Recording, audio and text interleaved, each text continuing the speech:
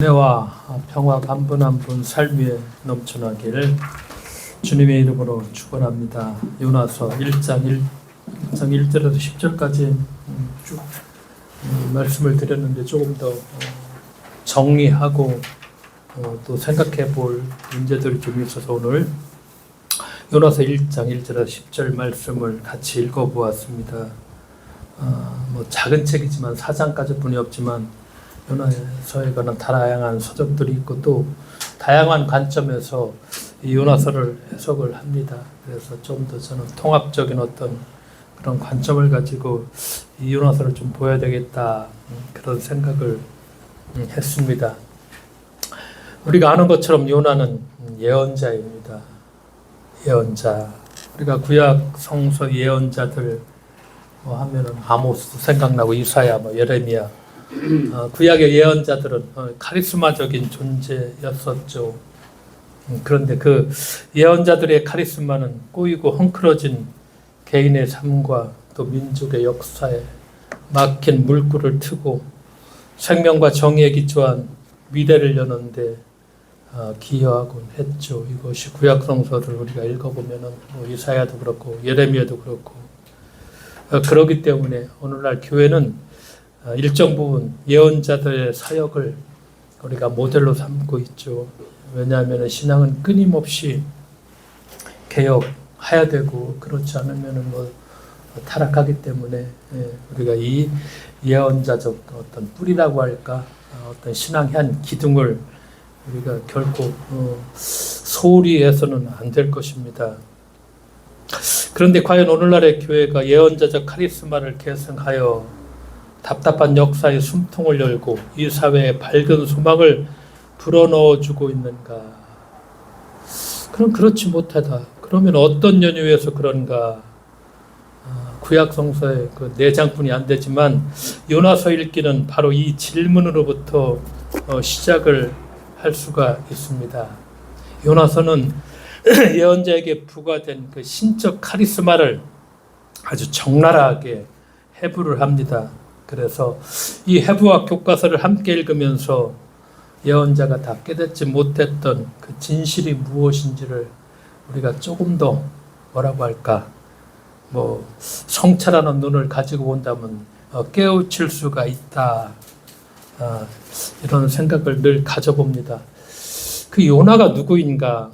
구약 성서에 보면 열왕기하 14장 25절에 요나가 누구인가를 한 줄로 말하고 있죠. 출신지가 가드 헤벨이며 혈통은 아미떼의 아들이며 직업은 하나님의 종 선지자.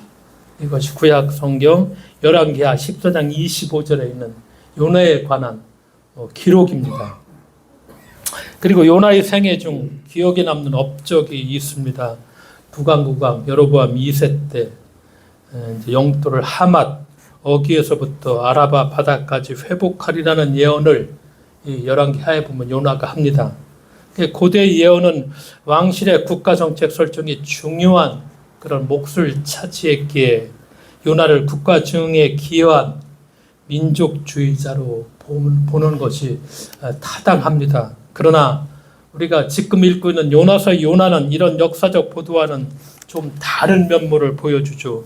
그리고 다른 정신세계를 보여줍니다.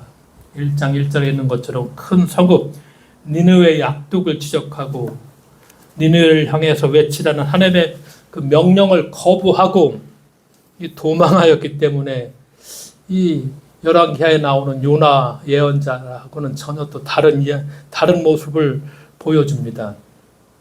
니느웨라는 건 훗날 북왕국 이스라엘의 역사를 종식시킨 나라 그 아스르의 수도가 되죠. 그렇게 발전을 해나가죠. 그 도시가 지금 하나님의 심판을 받아 만약에 멸망한다면은 훗날 북왕국의 운명에 유리하게 작용했을 수도 있다. 가정법이지만 이런 생각도 해볼 수가 있습니다. 그러니까 니느웨에 가서 외치라는 그 하나님의 명령을 요나는 그 일을 온몸으로 저항하죠. 그래서 요나서의 요나는 열왕기와 기록과는 매우 다른 인물이다. 열왕기의 요나에 대한 요나 예언자를 얘기하고 있지만 이 요나서의 요나는 전혀 좀 다른 모습을 보여주고 있다는 것이죠. 게다가 요나서의 요나는 요나의 혈통을 동일하게 보도하지만 열왕기하 기록과 비교해 보니까 출신지는 누락시키고 있죠. 이것은 요나서의 저자가 역사적 사실에 근거한 사실만을 보도하려는 뜻이 없다는 그런 뭐라고 할까 어떤 태도, 그런 편집, 이 경향을 보여주고 있죠. 열왕기하 기록을 소재로 삼고 있지만은 그 사실에 집착하지 않으려는 그런 뜻이 숨어 있고 좀 다른 시각에서 신앙의 메시지를 오늘 우리에게 전달하고 있다, 이렇게 볼 수가 있습니다. 그래서 아미떼의 아들이라, 히브리의 뜻을 살펴보면 아미떼는 진리의 아들, 그러니까 요나는 진리의 아들이란 거창한 구호를 몸에 지니고 있는 자죠. 진리. 오늘날에도 가끔 보면은 진리 자유, 그거 기독교 어떤 집회에 가보면은 진리를 수호한다. 바로 이 요나입니다. 진리라는 뜻이, 진리의 아들이라는 뜻입니다. 나는 절대 진리는 목숨을 거쳐 수호한다. 그런 모습들. 그러니까 진리를 수호하고 진리를 위해 목숨을 걸고 살아가리라는 그런 인생 철학이 아미떼의 아들 요나, 여기에는 담겨 있다, 이렇게 볼 수가 있죠. 그리고 요나란 이름의 뜻은 두 가지인데, 한 가지는 저번에 말씀드린 대로 비둘기, 구약 성서에서 비둘기의 이미지는 지각 없이 아수르와 이집트 사이에서 왔다 갔다 변덕스럽게 요리 갔다 저리 갔다 오락가락 하다가 결국 하나님께 돌아오는 북이스라엘을 상징하죠. 호세에서에 보면 그래서 북이스라엘을 비둘기라 이렇게 표현을 합니다. 그러니까 요나가 하나님의 명령을 거역하여 도망하는 모습은 마치 방향이 일정치 않게 날아다니는 비둘기의 모습을 연상시킵니다. 또 하나 요나의 이름을 찾아보니까 억압과 포악이라는 뜻이 있습니다. 그러니까 이 단어는 예루살렘 도성의 포악을 고발할 때 그렇게 사용된 적이 있습니다. 포악과 억압이다. 그러니까 요나는 니느웨 백성이 구원을 받기보다는 멸망받는 것이 합당하다고 주장하면서 하나님의 은혜 베푸심을 못마땅하게 요나가 생각하죠. 그러니까 요나사의 요나는 하나님을 억압하죠. 하나님께 횡포를 부리는 자이죠. 그러니까 우리가 이 아미떼의 아들 요나라는 이름의 뜻을 통해서 우리가 알 수 있는 것은 어떤 모습인가? 하나님 앞에 비둘기 같은 요나, 하나님에게 횡포를 부리는 요나는 진리의 이름으로 삶을 살아가는 자, 혹은 삶을 꾸려가는 자다. 이렇게 우리가 아미떼의 아들 요나라는 이름의 뜻을 통해서 이름의 뜻이 이걸 상징하고 있구나, 이렇게 우리가 생각해 볼 수가 있죠. 그래서 1장의 이야기, 1장 1절에서 10절까지 읽었지만 이 주요 등장인물은 하나님, 또 요나 누구죠? 그리고 이방인 선원들. 그러니까 신앙에 우리가 시각, 렌즈를 갖고 바라보면은 세상이라는 역사의 드라마에 출연하는 등장인물은 언제나 하나님, 그리고 신앙인, 그리고 이방인들이죠. 하나님, 신앙인, 이방인, 이들은 각자의 본분에 따라 우리가 성경에 보는 대로 일정한 역할을 다 수행을 하죠. 하나님은 바다와 육지를 만드신 분으로서 자연과 사람을 움직이죠. 이방 선원은 배를 이용해서 무역을 하며 여행객을 운송하며 그렇게 생계를 유지하죠. 요나서 이렇게 이방 선원을 그리고 있죠. 근데 여기에서 문제의 핵심은 누구입니까? 요나죠. 요나라는 인물이고, 좀 더 이것을 우리를 향해서 바라본다면은 신앙인들, 이렇게 볼 수 있죠. 그러니까 우리가 역사라는 거, 세계사의 무대에서 문제를 일으키는 사람은 궁극적으로 누구입니까? 진리의 수호자라고 자처하는 신앙 지성인 요나임을 우리가 생각할 수가 있죠. 왜냐?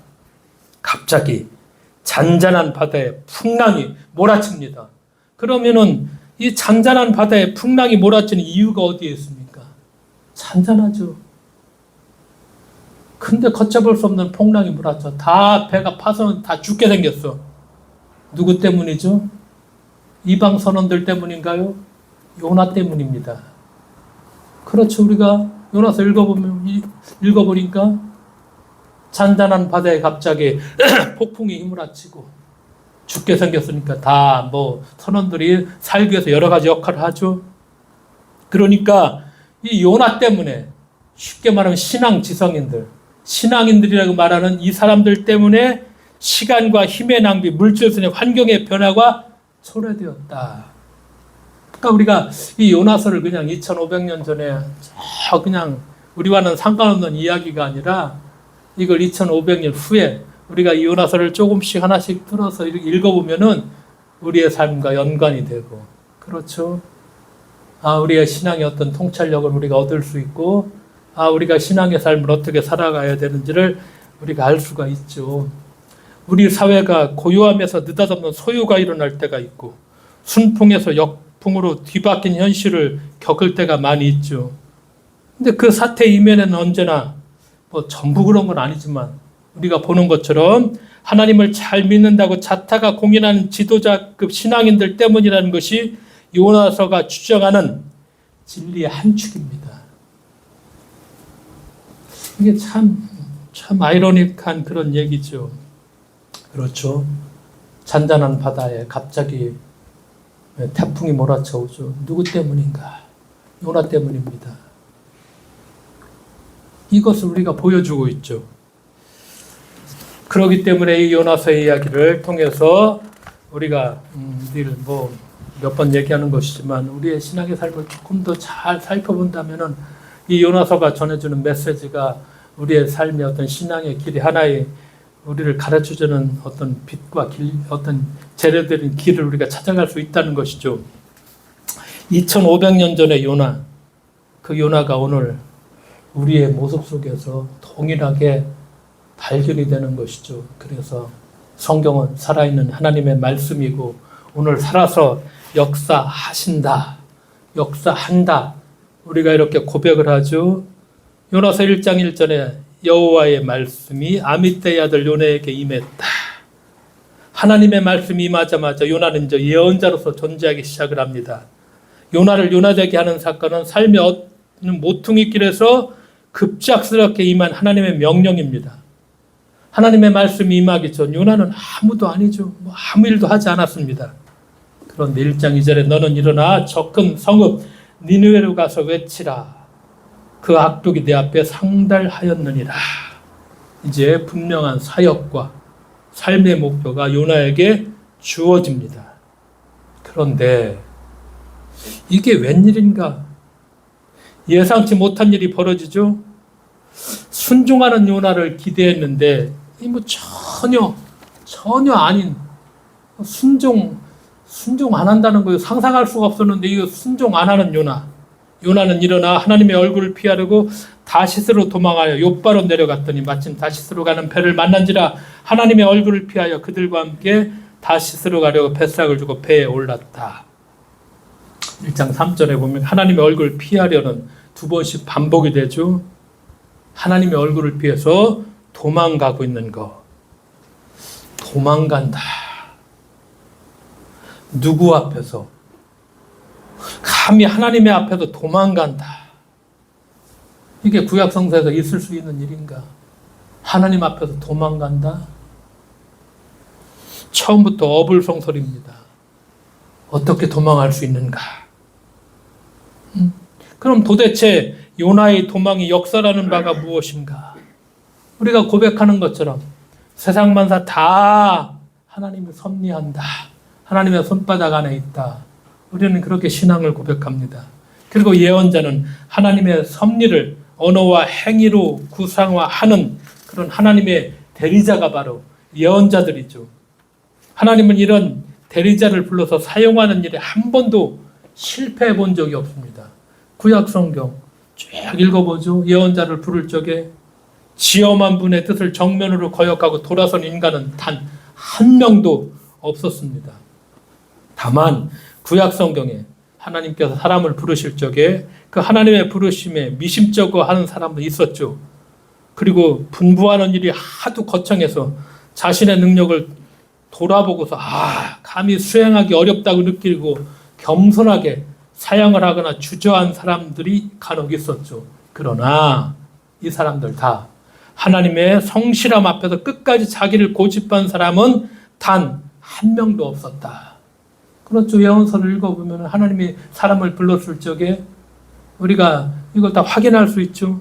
모세 아는 것처럼 입이 뻣뻣하고 혀가 둔해서 나는 못합니다. 겸손하게 사양했지만 훌륭하게 모세가 그 사명을 완수했죠. 사사 기드온을 부를 적에도 보면은 그러니까 기드온이 하나님 능력을 좀 보여달라. 그러니까 하나님의 능력이 임하자 두말할 것 사명을 감당했죠. 창세기 19장 18장에 보면은 아브라함과 하나님과 어떤 긴 논쟁이 하나 시작되죠. 소돔과 고모라를 하나님이 멸망시키겠다. 길을 나서는 하나님의 앞을 아브라함이 가로막죠. 그러면서 역사상 가장 긴 논쟁을 벌이죠. 50명 안 됩니다. 40명 안 됩니다. 마지막 어디까지? 10명까지 가죠. 근데 하나님의 양보와 성실함 앞에 아브라함이 결국 포기하고 길을 열어드리죠. 그러니까 예언자로 부름받은 사람들이라면 언제나 하나님의 부르심에 순종하기를 자기 생명보다 더 소중하게 여겼죠. 이게 구약의 예언자를 부르실 적에 혹은 사람을 부르실 적에 하나하나 모습을 보면은 우리가 다 찾아보고서 우리가 확인할 수 있죠. 그런데 이 모든 설득력이 있는 당연함이 누구에게? 요나에게는 없습니다. 하나님의 말씀이 요나에게 임하죠. 다른 모든 예언자들처럼 요나 역시 순종하겠지. 하나님의 마음, 그 마음이 완전히 빗나가 버리죠. 근데 순종은커녕 하나님과 논쟁 한마디는 해야지. 싫다 좋다 뭐 논쟁 한마디 없이 그렇죠. 즉각 그냥 외면하고 돌아서 버리죠. 부르심을 받은 자가 부르신 하나님에게 좀 나 표정을 보여달라 하는 어떤 요청도 없고, 그리고 이견을 좁히려는 어떤 맹렬한 그냥 논쟁 한마디 없이 즉시 몸을 피하여 뒤를 돌아보지 않고 그냥 도망을 가다니. 하나님이 주인인 세상에서 우리가 고백하는데 이게 도무지 상상할 수 없는 일이 벌어져 버립니다. 이런 일이 벌어지죠. 우리가 그냥 쉽게 읽었지만 사실 하나하나 이거 성경의 근거에서 따져보고 읽는다면 이런 모습이 쭉 발견됩니다. 요나가 도망갔다. 이것은 하나님이 팽당했다고 볼 수 있죠. 하나님의 버림받음이라고. 이용 가치가 사라지면 홀대하는 것은 우리가 토사구팽이라고 하는데 요나에게 하나님이 그 팽을 당했다고 볼 수 있죠. 천지와 바다를 지으신 하늘의 하나님 야훼가 이런 원치 않는 수욕을 당하고 가만히 있을 리가 없죠. 바야흐로 하나님의 분기 충전한 대응이 예상이 되죠. 하나님의 추적 만만치 않을 것이고 그렇죠. 일이 앞으로 어떻게 벌어질까. 요나는 요바에 도착했죠. 때마침 다시스로 가는 배를 만나죠. 일이 참 잘 풀리죠. 그래서 만면에 회심을 지은 요나는 여유 있게 뱃삭을 주고 배에 타게 되고, 그래서 요나를 실은 배는 이윽고 바다 한가운데로 순항을 합니다. 육지가 점점 멀어져 시에서 가물가물해질 그런 순간이던가 느닷없이 큰 바람이 바다에 일렁이기 시작을 합니다. 조짐이 이상하다 싶더니 바다는 엄청난 파도를 앞세워 배를 삼킬 듯 막 이제 덮치려 그렇게 하고 있죠. 하나님이 바다 위에 던지신 요나에 대한 심판과 경고죠. 우리말로 예전에 도리깨질이라는 것이 있죠. 하나님의 도리깨질이 시작된 것입니다. 근데 여기에서 또 질문이 하나 생기죠. 그냥 무조건 순종하면서 읽는 것이 아니라 왜 이런 자연의 힘을 통한 도리깨질이 아니고서는 요나와 하나님이 평화롭게 상면할 수가 없을까? 이런 식으로밖에 상면할 수가 없을까? 이런 생각이 들기도 합니다. 이런 상상, 이런 상황으로밖에는 서로가 만날 수 없는 현실이 아쉽다. 어떤 이런 표현들. 그런 생각이 이 성경 읽으면서 들었습니다. 하나님의 손길을 요나가 모를 리 없죠.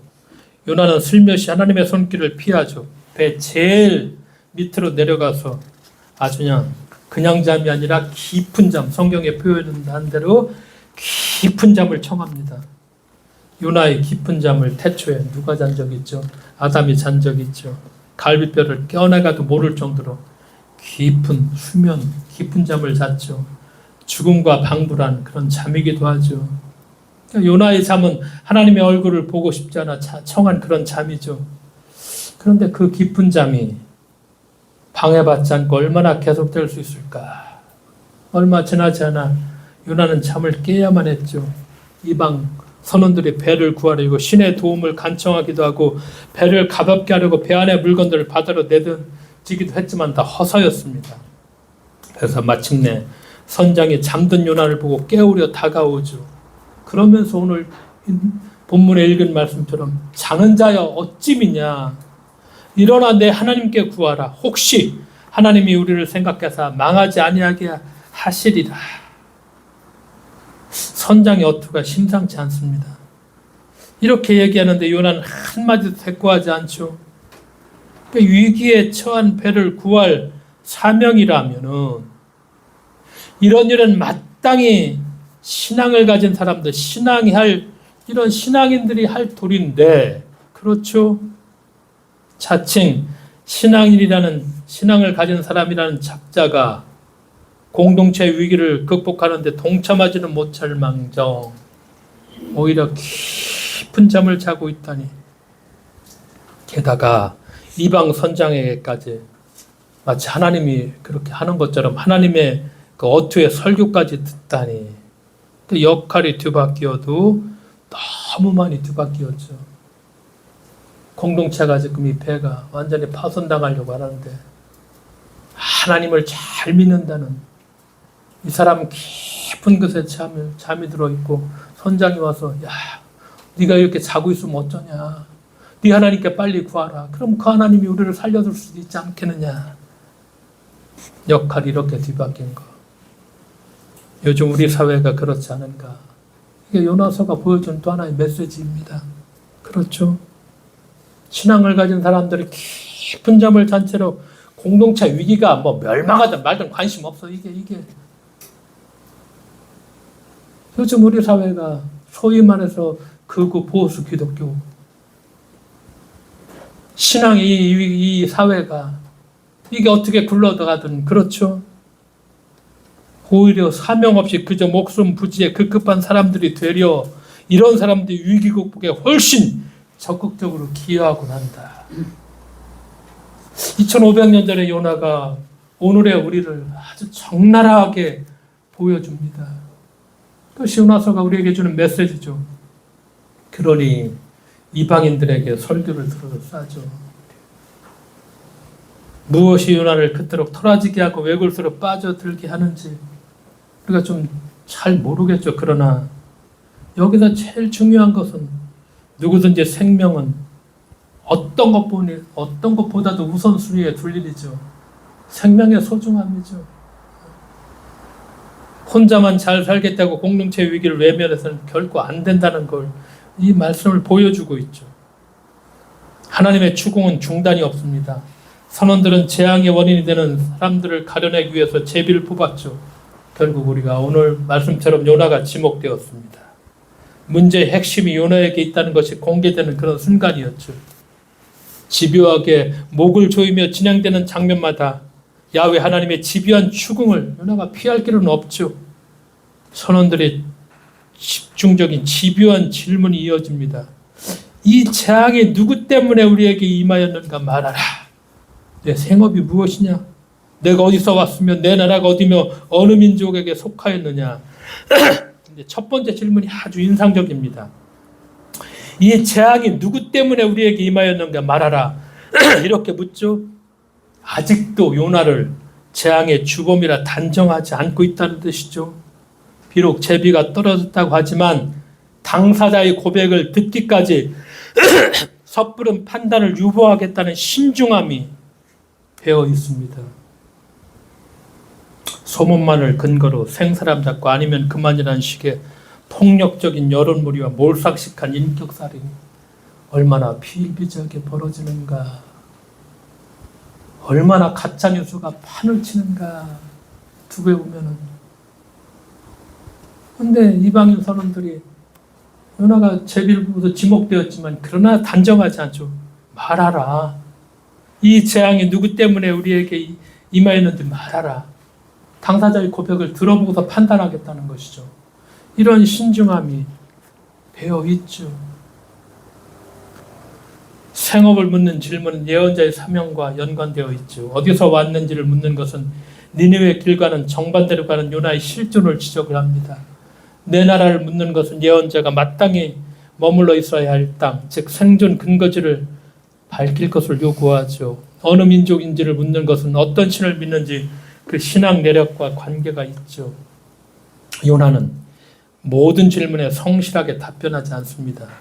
몇 가지 질문은 대충 얼버무리죠. 뭉뚱그려서 짧고 유창하게 한 문장으로 만들었죠. 나는 히브리 사람이요 바다와 육지를 지으신 하늘의 하나님 야훼를 경외하는 자로다.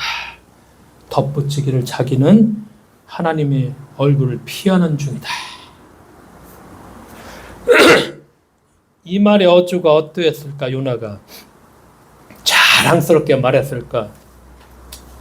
퉁 내뱉듯이 말했을까? 기어 들어가듯이 말을 했을까? 하여간이 사실을 접한 이방 선원들이 놀랐습니다.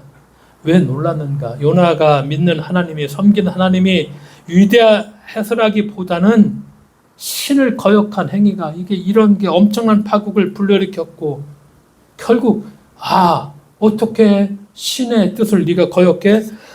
그런데 이방 선원들이 이해할 수 없는 것은 요나가 뭐라고 그래? 나는 하나님을 경외하는 자로다.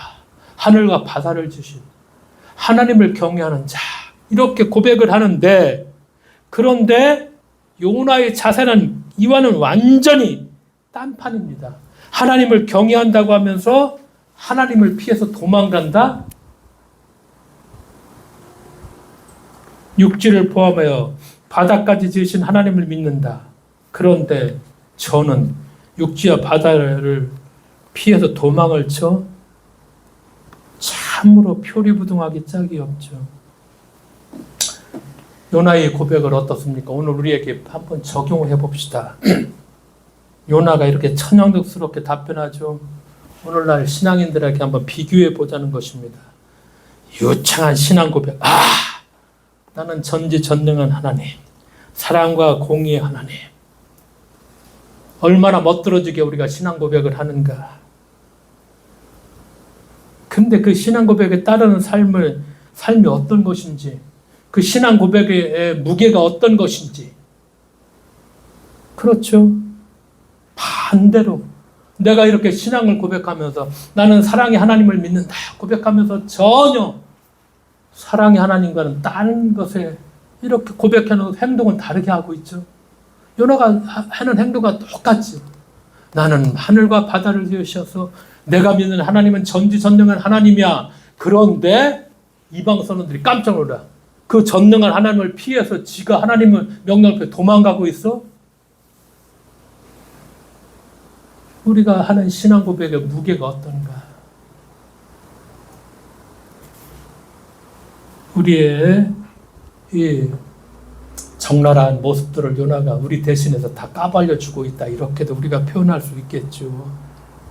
신앙 고백에 따른 삶이 어떤 것인지. 바다는 다시 흉흉해지고 선원들은 배의 구원을 위한 길을 요나에게 묻죠. 위기의 순간 해법은 신앙인들에게 있다는 것을 인정을 합니다. 그러니까 신앙을 가진 우리는 역사 속에 발생한 위기의 원인이자 동시에 해결자죠. 그러니까 요나는 자신을 바다에 던지라고 주문을 합니다. 바다에 던지라. 우리가 이 모습을 보면서 참 여러 다양하게 해석을 합니다. 요나는 자기 희생을 보여줬다. 십자가에 달리신 예수님처럼 자기 희생을 사람을 살린다. 그런데 조금 더 요나의 이타적 희생에서 이게 정말 우러나온 해법이 아니라는 사실이죠. 우리가 요나를 조금 더 읽어보면은 이렇게 요나가 자기를 바다에 던지라고 하는 것은 죽기를 택하는 요나의 내면 세계를 어떻습니까? 이 바다의 흉흉함을 방불케 하죠. 하나님의 얼굴을 피해서 바다로 도망했고 뱃전에 불어닥치는 큰 바람과 큰 폭풍을 피하여 배밑으로 피하였으나 그곳까지 찾아온 선장의 음성에 깜짝 놀란 요나죠. 제비를 뽑아서 자신이 주목되고 자기를 구하려 육지로 배를 돌리려는 그 시도까지 무의로 돌아간 지금 요나의 내면은 어떻습니까? 혼돈 그 자체입니다. 어디로 가야 하나님의 낯을 피할 수 있겠다는 말인가? 그렇죠? 온갖 질문이 꼬리에 꼬리를 물고 괴롭히는 요나의 심정은 휘몰아치는 바다를 방불케 합니다. 창조는 이 혼돈의 바다로부터 질서의 세계를 구축하는 하나님의 역사를 우리가 일컬고 있죠. 혼돈은 죽음과 짝하고 질서는 생명과 짝을 합니다. 바다로 도망한 요나는 자신이 속한 질서의 세계를 거부한 셈이죠.